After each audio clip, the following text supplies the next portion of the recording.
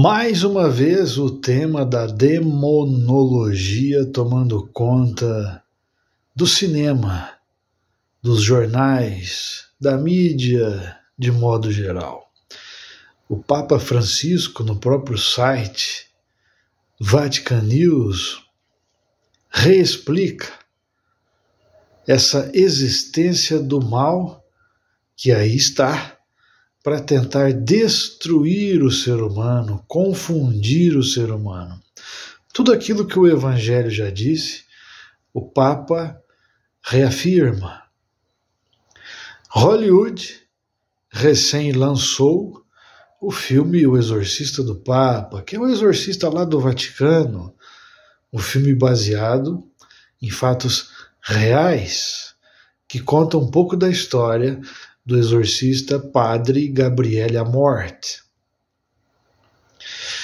Esse padre escreveu vários livros, dentre eles Exorcistas e Psiquiatras, onde então ali ele faz um esclarecimento a respeito daquilo que é somente psicológico, psiquiátrico, uma doença puramente mental, uma disfunção, um desequilíbrio, e que precisa ser tratado por profissionais da saúde mental, psicólogos e psiquiatras, e não tem absolutamente nada a ver com demônio.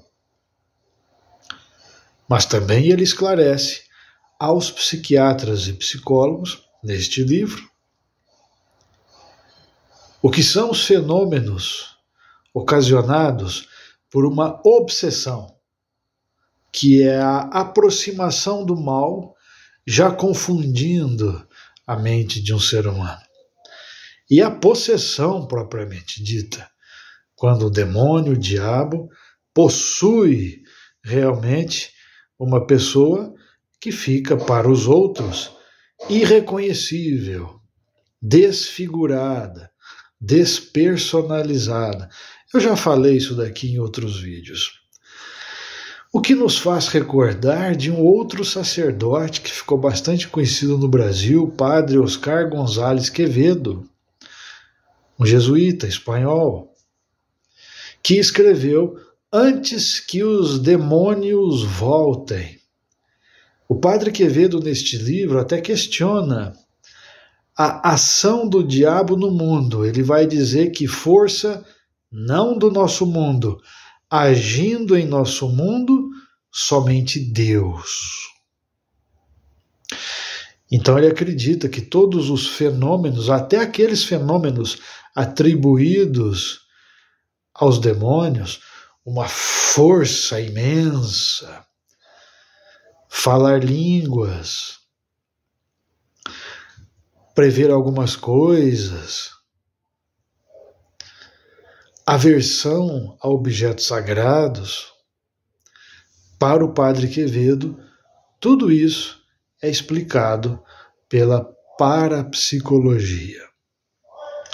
Mas para o padre Gabriele Amorth, teólogos desse tipo, que questionaram a ação diabólica no mundo, são teólogos trapalhões.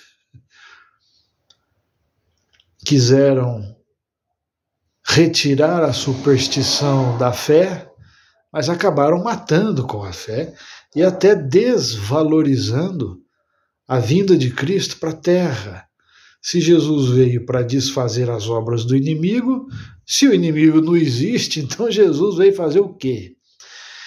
E eles vão deixando bem claro que no Evangelho há uma distinção precisa entre doença e demônios. Jesus curava doenças e expulsava demônios. Mas o padre Quevedo lá atrás insistia, não, doenças estavam relacionadas a aspectos físicos visíveis e palpáveis.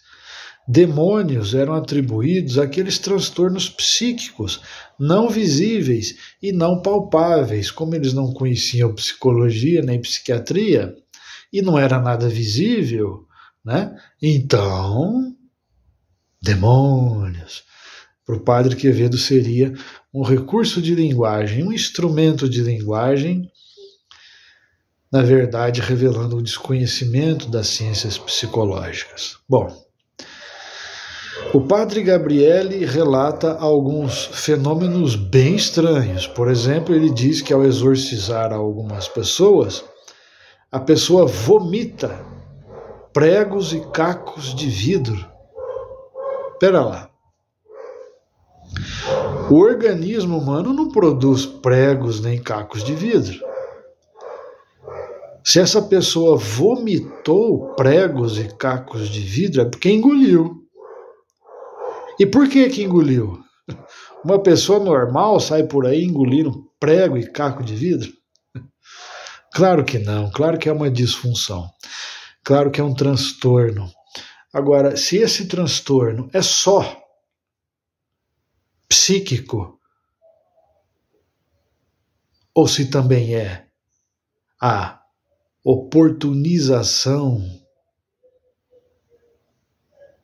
do demônio, esse trabalho é feito em conjunto.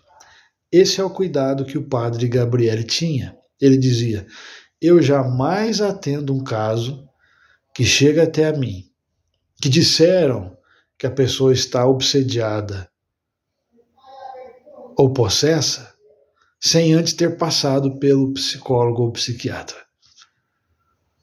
Quer dizer, o padre Gabriele tinha essa precaução, tinha esse cuidado.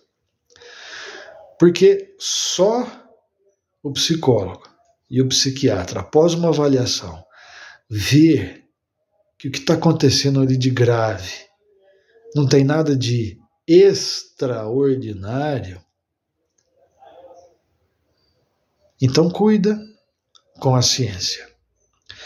Agora, se o caso extrapolou, se já não é uma coisa normal, se não tem ainda possibilidade de explicação pelas ciências psíquicas, encaminha ao sacerdote exorcista.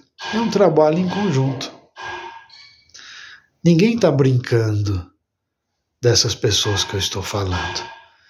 Agora, tem por aí alguns lugares, né, fajutos, que contratam pessoas e pagam essas pessoas para que elas façam o papel de possessas.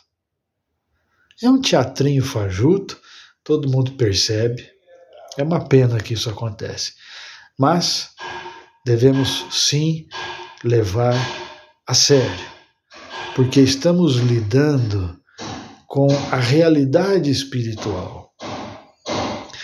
Quando nós ouvimos essas palavras, anjos, demônios, são seres puramente espirituais, do mesmo modo que existem seres puramente materiais.